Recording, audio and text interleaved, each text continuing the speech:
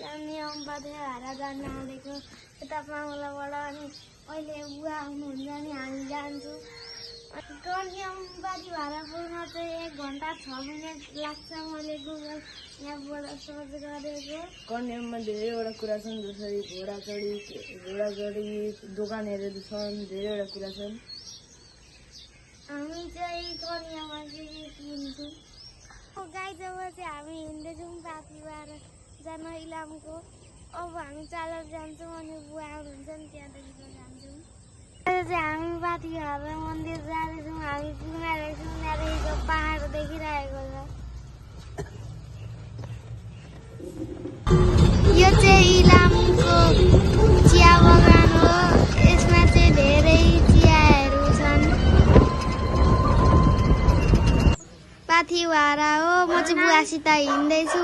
धेरै उकालो छ, त्यही भएर भिडियो रेकर्ड गर्न सकिनँ। अनि हेर्नु न बाँदरहरू कति धेरै छन् त्यहाँ। अब मेरो बुइनीले बनाउँछ भ्लग।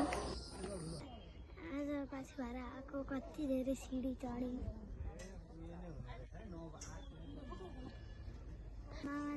मामा र रोनान चाहिँ तल गइसकेको हो।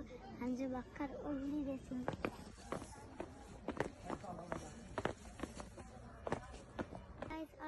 अनि म कन्या पनि जान्छु अनि दादाले पनि बनाउनुहुन्छ, मैले पनि बनाउँछु।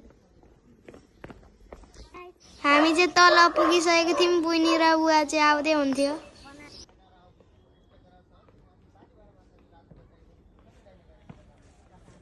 कन्याम जानेको बाटोको चिया बगानहरू धेरै छन्। ड्राइभर अङ्कलले कस्तो राम्रो गीत बजाइरहनु भएको छ।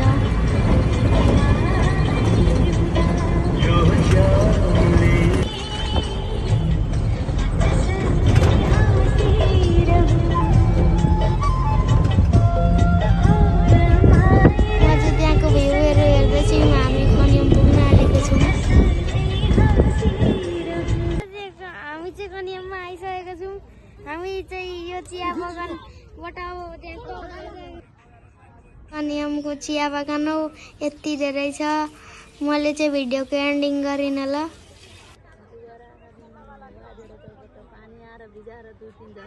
मेरा मामा घोडा चढ्दै हुन्छ। मलाई चाहिँ डर लाग्यो, त्यही भएर म चढिनँ। बुवा र म पछाडि आउँदैछौँ।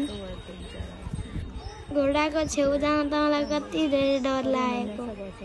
बुइनी र मामा चाहिँ खुसी हुन्थ्यो घोडा चढ्न पाएर। मलाई बुवाले चढ भन्दै हुन्छ, तर म मानिनँ। यो चाहिँ कन्यामको भ्यू हो, हेर्नु होला।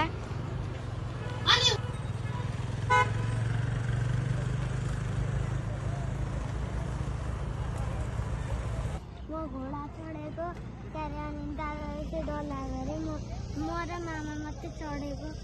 ऊ त्यहाँनिर घोडाहरू छ। हामी चाहिँ मामा चाहिँ घोडा चढेर आउनुभएको। म चाहिँ चढिनँ, मलाई घोडा चढ्नुदेखि डर लाग्छ। हामी चाहिँ